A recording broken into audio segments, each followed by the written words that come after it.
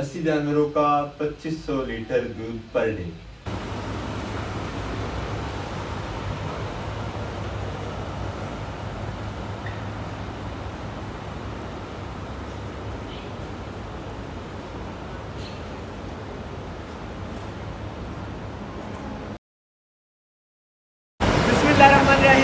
अस्सलाम वालेकुम व्यूअर्स, खुशामदीद कहते हैं आपको अपने आज के ब्लॉग में। आज हम अल्हम्दुलिल्लाह आए हैं एक डेयरी फार्म में। डेयरी फार्म में क्या खास बातें हैं, क्या खास चीज़ें हैं, वो इंशाल्लाह आपके साथ डिस्कस करेंगे और यहाँ के जो मामूलात ज़िंदगी है वो इंशाल्लाह आपके साथ शेयर करेंगे। वीडियो का अंदर देखें, इंशाल्लाह जरूर एंजॉय करेंगे। और इस वीडियो में इंशाल्लाह आपके लिए होने जा रही है बहुत सारी इन्फॉर्मेशन। सबसे पहले आपकी मुलाकात करवाते हैं इस फार्म के ओनर से। इस फार्म को देख के लगता नहीं है कि इस फार्म के ओनर ये वाले भाई होंगे। ये हमारे क्लास वाले हैं मंसूर भाई। हम आ गए हैं अब ऑफिस में मंसूर भाई के, क्योंकि वहाँ पे जानवरों को ठंडा रखने के लिए जो कूलिंग सिस्टम है उसका काफ़ी ज़्यादा शोर था। तो यहाँ पे अब हम इंशाल्लाह गपशप करेंगे ताकि आपको जो इन्फॉर्मेशन, जो बातें शेयर की जाए वो क्लियर सुनने को मिले।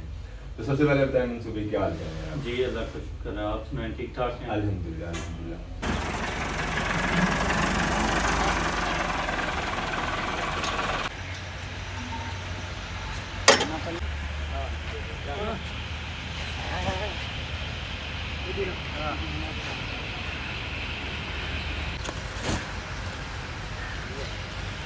इन्ना गल्लां करदा है जिन्ना कोई समझ ना आवे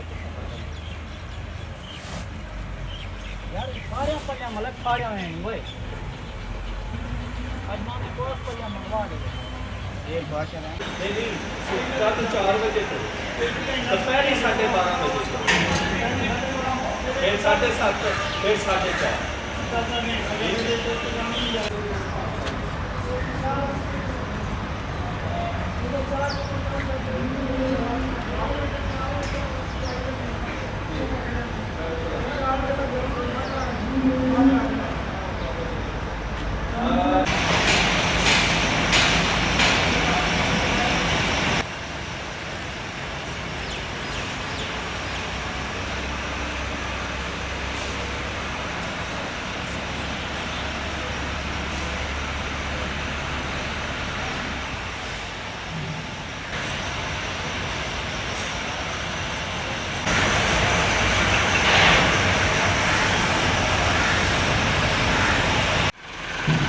डॉक्टर साहब इंस्ट्रक्शंस दे रहे हैं कि चारा जानवरों को कैसे डालना है। लड़के इंतज़ार कर रहे हैं चारा डालने का।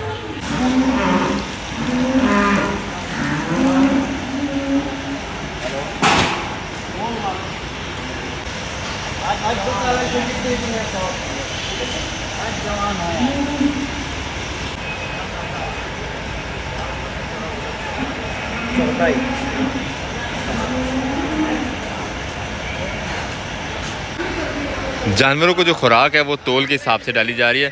डॉक्टर साहब, इसकी क्या वजह है जो आप तुलवा रहे हैं, ये जो चारा आ रहा है इसमें कोई चीज़ ऐड करनी है या क्या वजह है कि आप तुलवा रहे हैं आज इसे? इसमें वन डाई ऐड करेंगे और इसमें साथ में मिनरल जितने भी चीज़ें हैं ना उसमें मिक्स करेंगे। ठीक है। ताकि इसकी कोई ड्राई मीटर है पर डे के हिसाब से तो हमने कैलकुलेट की हुई ताकि वो उसको पूरा ड्राई मीटर में ये यानी डेली बेसिस का काम है ये तुलाई और सारा का? डेली 3 टाइम इस तरह जब भी खुराक डालनी है इसी तरह डाल, इसी तरह डालेंगे। सही।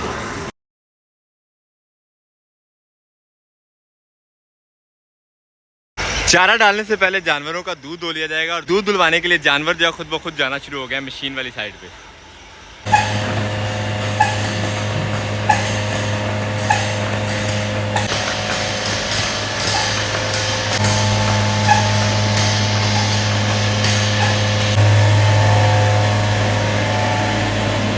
और दूध धोने वाली मशीन अच्छी तरह धुलाई के बाद अब जो है बिल्कुल तैयार है दूध धोने के लिए। और जानवर भी सारे के सारे जो है वो पहुंच चुके हैं यहाँ पे दूध धुलवाने के लिए। सिर्फ 2 ही बंदों की हेल्प से कतारों में जानवर खड़े हो गए हैं।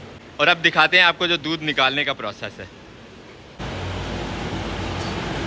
शरीफ जानवर। तो मलक मोहम्मद भाई की ड्यूटी है दूध धोने की यहाँ पे, तो इनसे थोड़ी सी इन्फॉर्मेशन लेते हैं। मोहम्मद भाई, एक जानवर को कितना का टाइम लग जाती है मशीन? जी लग जाते हैं, ये 10 जानवर लगते हैं एक साइड। अच्छा, 5 से 10 मिनट लग जाते हैं। 10 एक मिनट में यानी 10 जानवर पूरे। मशीन लगाने से पहले थनों को अच्छी तरह धो लिया जाएगा।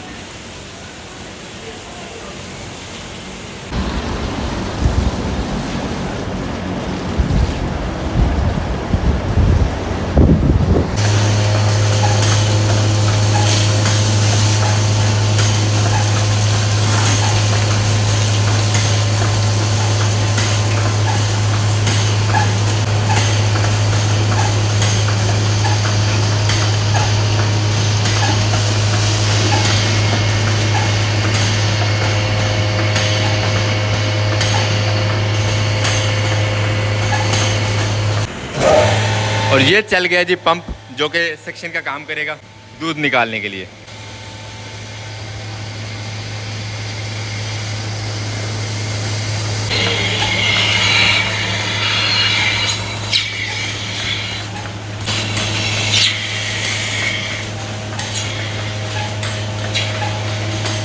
और ये सेक्शन शुरू हो गई है और दूध होना शुरू हो गया।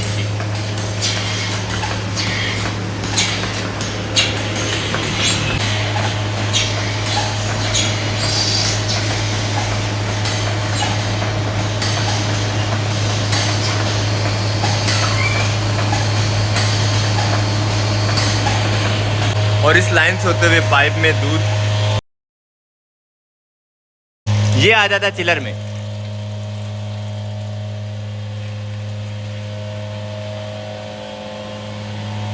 क्योंकि फार्म पे तकरीबन 200-250 जानवर हैं और उनके जो बच्चे होते हैं वो भी काफ़ी ज़्यादा होता है, तो उनको एक एक को दूध पिलाना जो है वो पॉसिबल नहीं है। और यहाँ पे फार्म पे दूध कैसे पिलाया जाता है बच्चों को जानवरों के, वो आपको दिखाते हैं। आप दूध जो धोया जाता है फौरी तौर पे ताज़ा इन बोतलों में भर लिया जाता है, इस तरह मैनुअली जो है वो पिलाया जाता है बच्चों को।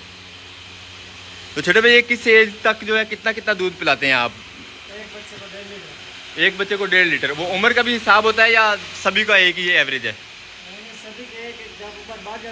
हाँ। फिर कम करते जाते हैं कि ज़्यादा? छोटों को ज़्यादा, बड़ों को कम। सही माशाल्लाह छोटे छोटे बच्चे हैं सारी, तो उम्र के हिसाब से जो है इनको दूध पिलाया जाता है। क्योंकि इन जानवरों को अगर अलग-अलग गाय के साथ छोड़ेंगे तो वो टाइम ज़्यादा कंज्यूमिंग होता है और जानवर ज़्यादा जहाँ पे काम करना हो वहाँ पे इस तरह जो शॉर्टकट्स जो हैं वो दिए जाते हैं। और बाकी के फार्म पे अब जारी है सफाई का सिस्टम, क्योंकि जानवरों की मौजूदगी में सफाई करना पॉसिबल नहीं होता। जानवर दूध पिलवाने के लिए निकले हुए हैं इस तरफ, इस पोर्शन में, और वहाँ पे साफ़ सफाई वो भी आपको दिखाते हैं। फार्म का एरिया जहाँ पे जानवर घूम रहे होते हैं बिल्कुल साफ़ सुथरा चमका दिया गया। और ये एरिया उनके खाने का, दूध दिलवाने के बाद जैसे जानवर आते हैं वो यहाँ पे खाना शाना जो है उनका शुरू हो जाता है। यहाँ से चारा भर के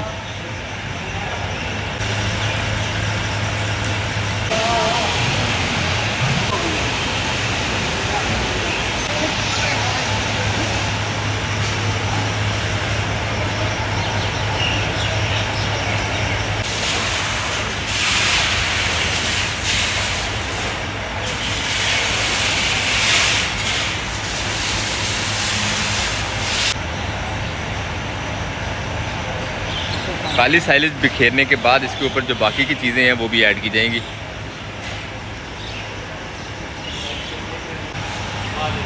रेडीमेड बंडा और उसके बाद जो देसी खुद साख्ता तैयार करदा बंडा है वो भी इसमें शामिल किया जाता है।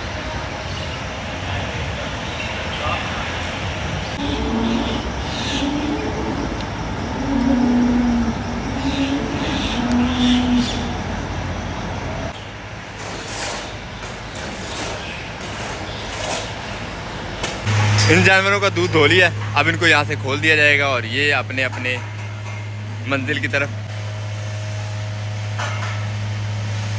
इस पानी में केमिकल मिक्स किया जाता है ताकि जानवरों के पाँव वगैरह जो है वो धुल जाएं और बीमारी से जानवर जो है वो बचे रहें। और दूध धोने के बाद जानवर यहाँ पे इकट्ठे हो गए और यहाँ पे अब इनकी खुराक का बंदोबस्त हो चुका है। जैसे जैसे जानवर आते जाएंगे और अपने हिस्से का खाना जो है वो खाते जाएंगे। अब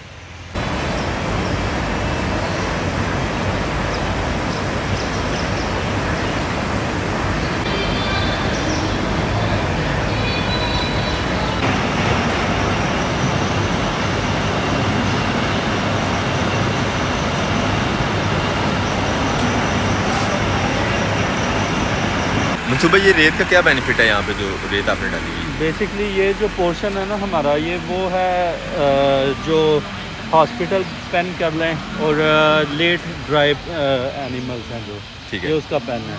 इसमें जो एनिमल जिसका पाँव ख़राब हो या कोई मसाइल हो वो हम इसको इधर शिफ्ट कर देते हैं और ये काविंग ईज़ के लिए बड़ा अच्छा पोर्शन रहता है। तो इसलिए हम यहाँ पे जो है ना रेत फेंकवा देते हैं और उसको वक्तन फ़वक्तन जब भी गिली हो जाए तो हल वगैरह लगा के सुखाना होता है। इसके अलावा भी वो दूसरे पैनल में भी आपने सेंटर में रखी हुई है रेत, उसका क्या मकसद और फायदा? वो बेडिंग है एनिमल्स की। ऑब्वियसली कंक्रीट के यहाँ पे फ्लोर्स हैं, कंक्रीट फ्लोर्स होने की वजह से इनके पाँव काफ़ी डिस्टर्ब होते हैं, तो इन्हें रिलैक्स जगह पे रहने के लिए वो एक सॉफ्ट बेडिंग चाहिए होती है। जानवर सब आज़ादी से अपनी मर्ज़ी से घूमते हैं, किसी के लिए कोई बंदिश नहीं है, सिर्फ एरिया बाउंड है। लेकिन जो बीमार होते हैं उनकी ट्रीटमेंट भी यहीं पे की जाती है। डॉक्टर साहब ने एक अपना पेशेंट ले आया है यहाँ पे। डॉक्टर साहब क्या प्रॉब्लम है गाय को? इसको स्टेटस है, जिसको साड़ू बोलते हैं हम जुबान में। साड़ू? साड़ू सही, हैवान है की सोजिश को। सही सही।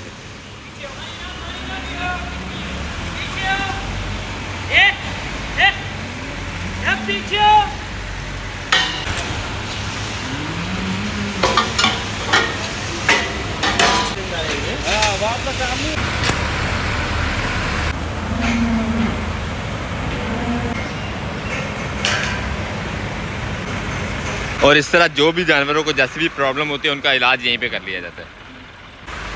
और जो रेत डाली गई जानवरों के सारी की सारी फिर से नरम हो गई है और उनके बैठने और घूमने के लिए नरम जगह, फ्रेश।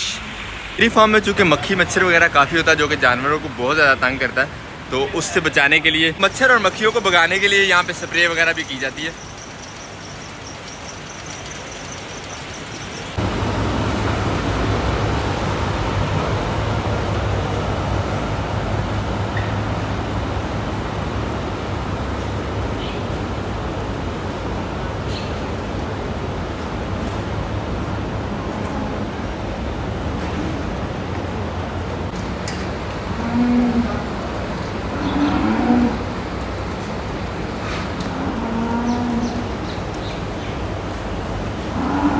मंसूबे का तारुफ कराने से पहले आपको ये मज़ीद बताते चलें कि ये हमारे FSC के क्लास फेलो हैं। उसके बाद इन्होंने माशाल्लाह प्रैक्टिकल लाइफ का जो आगाज़ है वो कनाडा से जाके किया।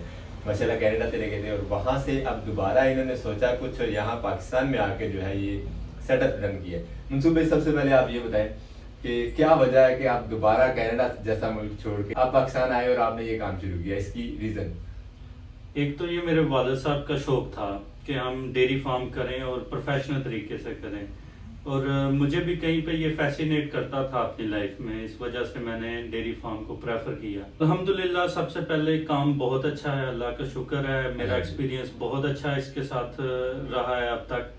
मुश्किलें हैं, कोई भी काम करें इनिशियल स्टेजेस में आपको मुश्किलें आती हैं, लेकिन अगर आपने एक अच्छी इन्वेस्टमेंट और एक अच्छे तरीके से काम किया हो तो आपको मसाइल कम से कम आते हैं। गाय आपके पास माशाल्लाह बड़ी काफ़ी दराज का है, ये कुछ स्पेशल नस्ल है या इसका क्या मतलब? ये अमेरिकन ब्रीड है, इसको अमेरिकन होस्टिंग फ्रीजियन कहते हैं। सही। तो अमेरिकन होस्टिंग फ्रीजियन के कद जो है वो बॉडी स्ट्रक्चर इसका काफी बड़ा होता है। तो ये यहाँ पे पाकिस्तान में अवेलेबल है या आपने कहीं नहीं, पाकिस्तान में अवेलेबल नहीं है, ये अमेरिका से ही मंगवाई हैं। ये खुद जाके वहाँ अमेरिका में ये एनिमल चूज किए गए हैं। पाकिस्तान के अंदर कंपनीज हैं जो आपको शिपमेंट में हेल्प आउट करती हैं, आपको यहाँ से लेके भी जाती हैं, उधर एनिमल आप चूज करते हैं, अपने टैग नंबर लिख लेते हैं, वो एनिमल पाकिस्तान में आते हैं। सही। और इस एनिमल में क्या खास बात है कि आपने यही सिलेक्ट की है? जेनेटिक्स इसकी बहुत अच्छी है और जेनेटिक्स की वजह से ये दूध अच्छा देता है एनिमल। ठीक है। इसके आगे प्रोजनी जो है वो बहुत अच्छी मिलती है, इससे जो कह लें कि हमारे फार्म की ग्रोथ है वो ज्यादा बेहतर है। वैसे आपके फार्म से कितना आप मिल्क जो प्रोड्यूस कर रहे हैं डेली बेसिस पे? हम 2500 लीटर इस टाइम प्रोड्यूस कर रहे हैं। 2500 लीटर माशाल्लाह। और कितने एनिमल्स हैं माशाल्लाह आपके पास? मेरे पास इस टाइम 170 टोटल एनिमल्स हैं, लेकिन उसमें से जो टोटल दूध दे रहे हैं वो 80 एनिमल्स हैं। 80 जानवरों का 2500 लीटर दूध पर डे। और दूध आप 2 टाइम निकालते हैं या ज्यादा? नहीं, इनकी 3 टाइम मिल्किंग होती है। माशाल्लाह। वैसे आपने यहाँ पे माशाल्लाह ये काम शुरू किया हुआ है, तो आपको यहाँ पे कोई हर्डल्स स्टार्टिंग में पेश आई, कोई इस तरह की चीज़ जो आप बताना चाहें यहाँ पे?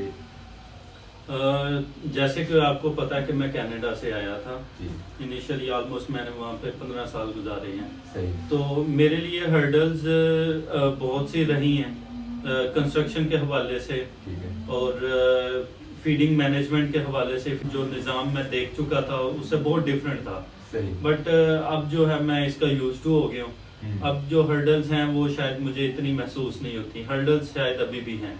यानी 2.5 साल से देख देख के इन चीजों को उनके आदी हो गए हैं मंसूब भाई, अब इनको कोई परेशानी नहीं है उन चीजों की। अब आप जो इनके खाने पीने का सिस्टम है वो आप खुद से प्रोड्यूस करते हैं?